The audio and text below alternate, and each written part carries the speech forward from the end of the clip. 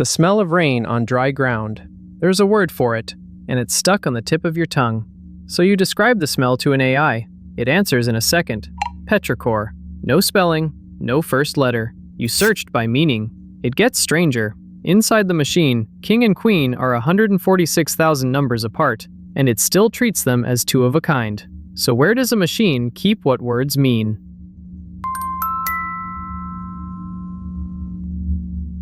This is Owlspect, Chapter 4 of How a Machine Learns to Talk, Room 4 on our map of the machine.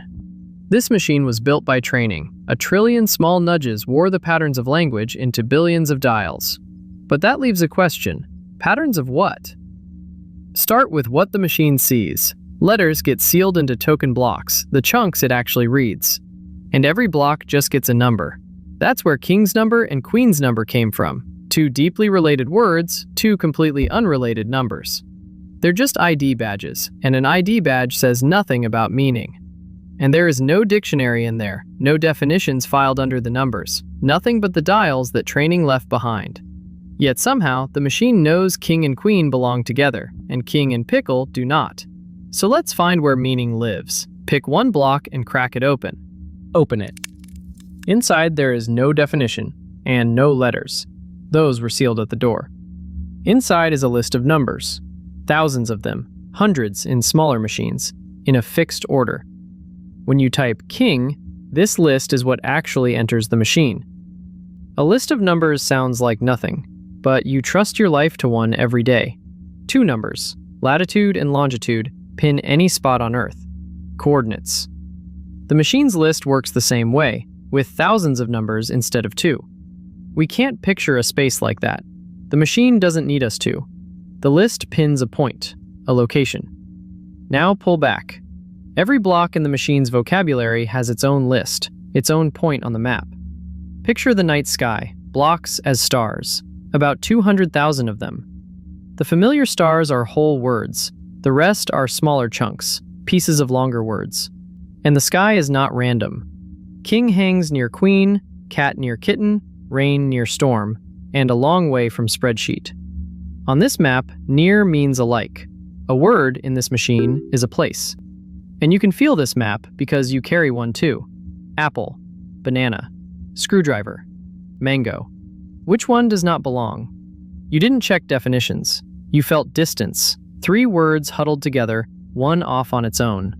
The machine's map makes that feeling into geometry. So who drew it? Nobody did. The training game, Guess the Hidden Word, is still running. Words that stand in for each other in that game get nudged the same way. So they earn similar lists. Rain and storm keep the same company, and nudge by nudge, training pulled their stars close together. A word ends up defined by the company it keeps. Back to the tip of your tongue. Describe the smell of rain on dry ground. Your description steers the machine to a spot on the map, the spot where rain, earth, and smell overlap. There's a word already living in that neighborhood. Petrichor was, in effect, the nearest star. Spelling was never going to work. You were searching by location without knowing it. And location is only half of what this map knows. The other half is direction. Draw an arrow from man to woman. Now pick that arrow up, same length, same direction, and set it down on king. It lands on queen.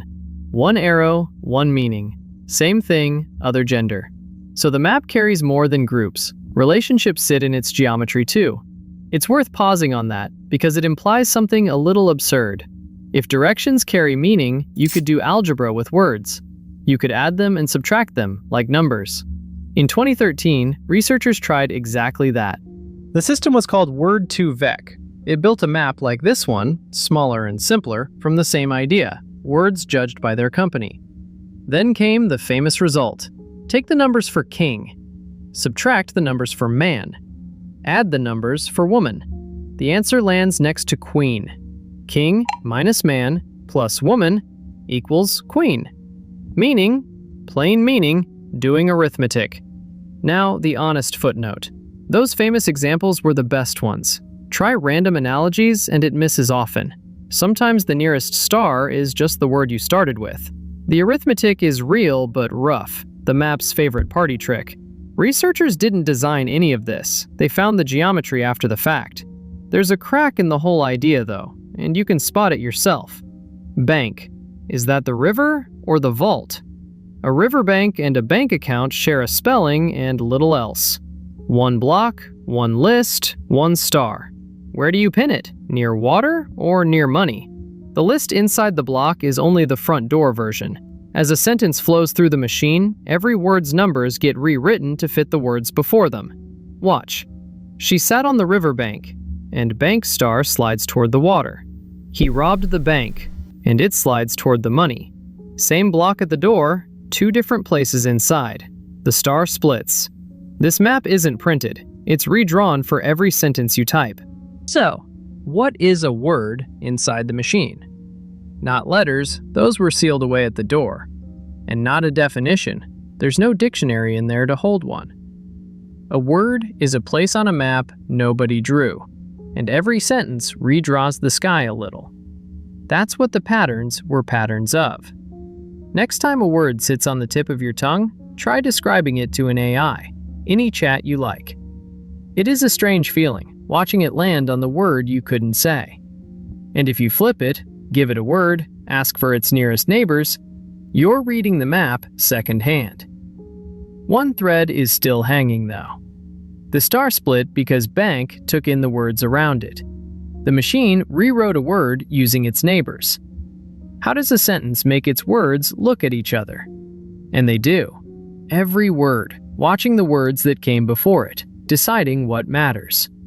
Next chapter, attention. And for once, you can watch it happen. Room 4 of the machine, lit. Words go in as blocks. Now you know what they become.